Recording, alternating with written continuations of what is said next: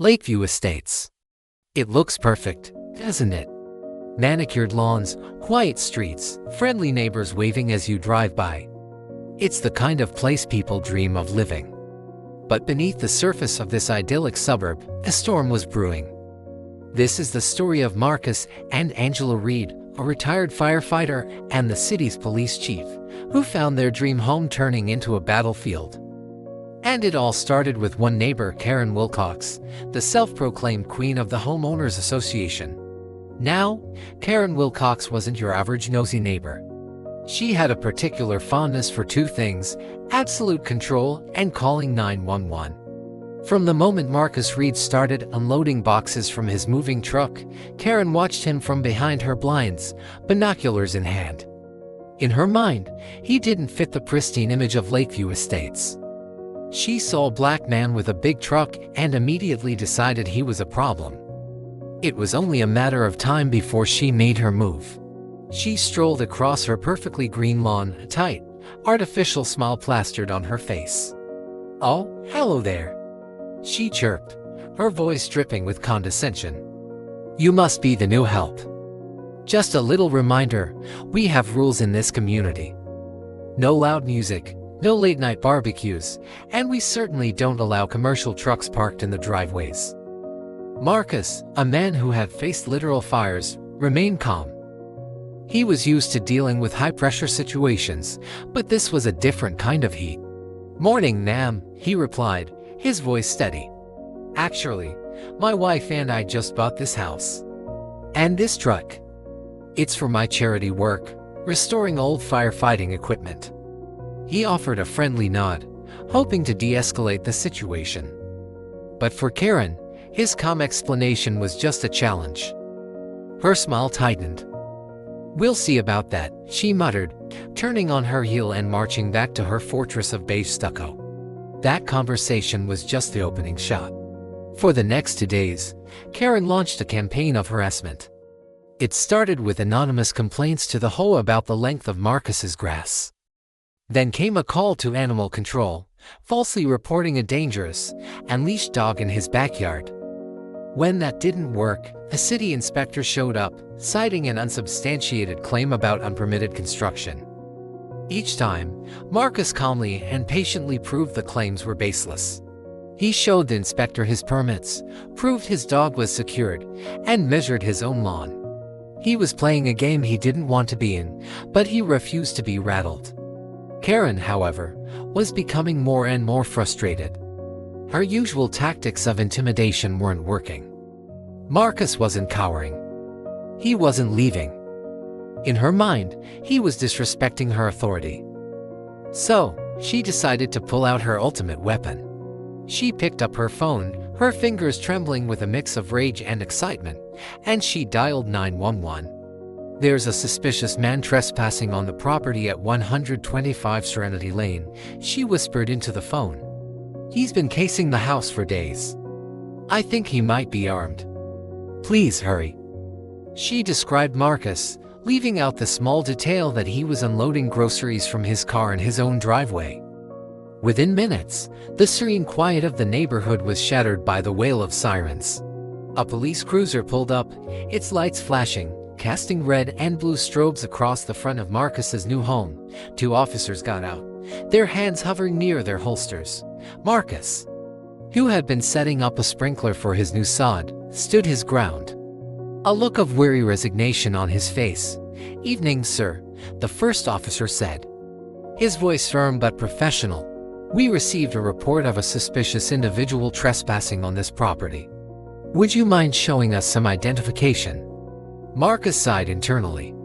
Here we go again. But on the outside, he remained the picture of cooperation. "Of course, officers," he said, reaching slowly for his wallet. "No problem at all. Let me just get my ID for you. It's right here in my wallet, next to my wife's badge." As he handed over his driver's license, the officers noticed the other ID in his wallet, a police department identification card for Captain Angela Reed. Their expressions shifted from suspicion to confusion. Just as one of them was about to ask, a sleek, black SUV pulled into the driveway behind them. The door opened, and out stepped a woman with an aura of unshakable authority. It was Captain Angela Reed, Chief of Police, still in her uniform after a long day at work. "What's going on here?" she asked, her voice calm but carrying an unmistakable edge of command. "Why are my officers questioning my husband on his own property?" The two policemen froze, suddenly looking like rookies caught making a monumental mistake. "Captain Reed," one of them stammered, We got a call. A 911 report about a suspicious man." Angela's eyes, sharp as steel, scanned the scene and landed on Karen, who was now standing on the edge of her lawn, phone in hand, recording the whole thing with a triumphant smirk. Angela's gaze turned cold. "And who, exactly, made that call?" she asked, already knowing the answer. Karen's smirk vanished. Her face went pale. She started to stammer, "I just saw. He looked. I was just concerned for the neighborhood's safety." Her voice cracked, the confidence she had just moments ago completely gone. The moment Angela held up her own badge, a silent wave of understanding washed over the street. The power dynamic shifted in an instant. Karen Wilcox, the neighborhood tyrant who wielded the HOA rulebook and 911 as her personal weapons, had just called the cops on the police chief's husband. Her authority, built on a foundation of intimidation and petty complaints, crumbled into dust. Her audacity was laid bare for the entire neighborhood to see. The officers, mortified, apologized profusely to both Marcus and Angela. "We were just following protocol, Captain," one explained. "The call came in as a potential trespasser, possibly armed." Angela nodded, her expression softening slightly toward her officers but remaining granite hard as she looked at Karen. "I understand, officer. You were doing your job. But it seems we have a problem with false reports in this neighborhood. We'll be looking into that." The message was crystal clear.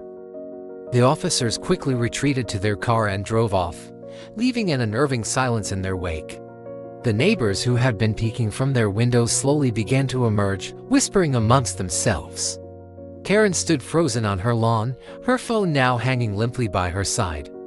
Her reign was over. By the next morning, the story had spread like wildfire. Every member of the whole board had heard about what happened. Karen's phone, which she loved to use for complaining, was now blowing up with calls from angry board members and neighbors.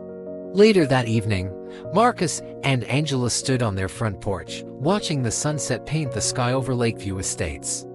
The air was finally peaceful. Marcus turned to his wife with a smile.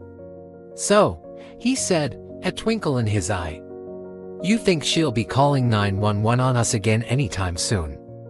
Angela smirked, wrapping an arm around him.